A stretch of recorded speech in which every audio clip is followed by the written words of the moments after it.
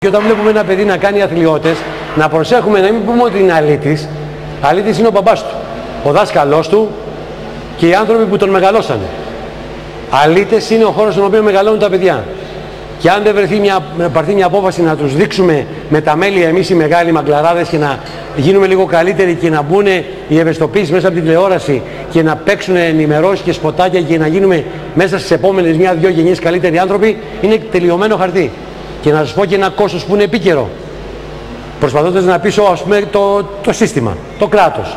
Γιατί δεν ευαισθητοποιείται από το θάνατο και την αναπηρία των ανθρώπων καθόλου. Δεν τους νοιάζει, οι ίδιοι δεν φοβούνται. Είναι το ίδιο άνθρωποι σαν και εμάς και έχουν τις ίδιες σκέψεις και τις πονηράτες να μας εξυπηρετήσουν.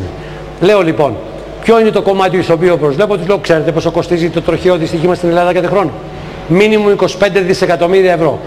Τα 7-8 τελευταία δισεκατομμύρια είναι τουριστικό προϊόν. Και το άλλο είναι θάνατοι, κοστολόγια, ανθρώπινες ζωές, αποκαταστάσεις, ιατροφαρμακευτικά, ΕΚΑΒ, νοσοκομεία. Είναι 25 δις. Αν κάνουμε ό,τι έκανε η Λετωνία έκανε 55 εκατομμύρια.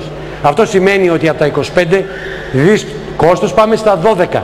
Που σημαίνει ότι γλιτώνουμε 12 δισεκατομμύρια τουλάχιστον το χρόνο. Δηλαδή 1 δισεκατομμύριο το μήνα, δηλαδή 33 εκατομμύρια την ημέρα, με αντίτιμο να μένουν ζωντανοί οι νέοι.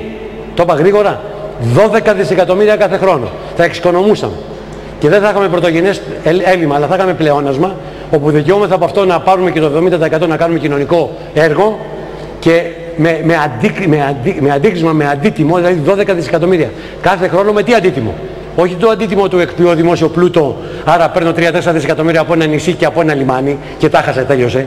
Κάθε χρόνο θα παίρνω 12 δισεκατομμύρια με αντίτιμο, το καθυστερό σκόπιμα, τη ζωή των παιδιών μας. Εντάξει, δηλαδή να παίρνω 12 δισεκατομμύρια για να μου μένουν ζωντανοί τα πιτσιρίκια μου, πρέπει να είμαι πολύ μαλάκας αν δεν το επαναλαμβάνω και δεν το κάνω σωστά, ας πούμε. Συγγνώμη. Τι λέτε, δηλαδή? Δηλαδή όταν δεν καταλαβαίνεις ότι αιμορραγείς σε κάθε επίπεδο από αίμα, από ζωή, από αξιοπρέπεια και από χρήμα και δεν κάνεις μια κίνηση να συμμαζέψεις τα συμμάζευτα για να επιβιώσεις και να έχεις και μια αξιοπρεπή εμφάνιση σαν χώρα, αυτό το γενοκτονικό δεν το καταλαβαίνει κανένας. Έξω το έχουν αντιληφθεί. Προσπαθούν, κάνουν προσπάθειες. Σαφώς κάνουν λάθη, αλλά εμείς είμαστε στο Σακίρ Κέφι. Εδώ στείλαμε στην Eurovision τραγούδι που υμνεί το αλκοόλ κατά την οδήγηση.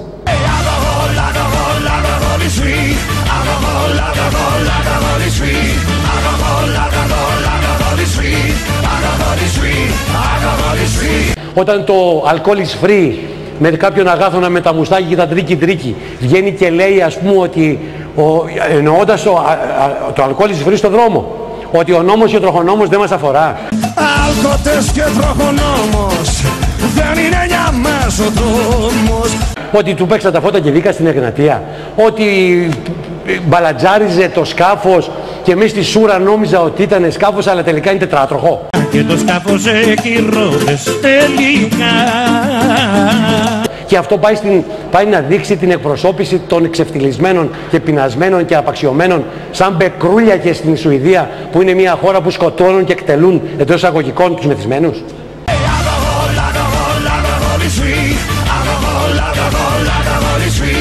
Δηλαδή τι λέει? Ότι αυτός ο λαός που είναι δακτυλοδεικτούμενος, ξεφτύλας, απαξιωμένος, αρκουδιάρης και τριτοκοσμικός πάει και ορθώνει, ας πούμε, όλο το κύρος του μέσω του μπεκρουλιάσματος κατά την οδήγηση. Όπως είχε πέσει ο Βελίξ στο Μαγικό Ζωμό, εμείς έχουμε πέσει μέσα σε τσικουδιά. Και λες ότι δεν μπορεί να ξεκολλήσει, ας πούμε, και μετά πάει και οδηγεί. Και μετά βγαίνει και το υμνί και όλα αυτά. Το υμνί, ύμνος. Ωραία εκπροσώπηση και δεν είναι ποιος έβαλε το τίτλο, είναι ποιος ψήφισε το τίτλο. Ο τίτλος μπήκε, εμείς το ψήφισαμε. Ο Έλληνας ξαναψήφισε αυτό, τον μπεκρούλιακα, την ψευδαίσθηση. Το ότι σκεφτείτε στον δρόμο, ας πούμε, δεν θεωρείται κλιματική πράξη. Είναι τραγικά πράγματα αυτά που συμβαίνουν κάθε μέρα.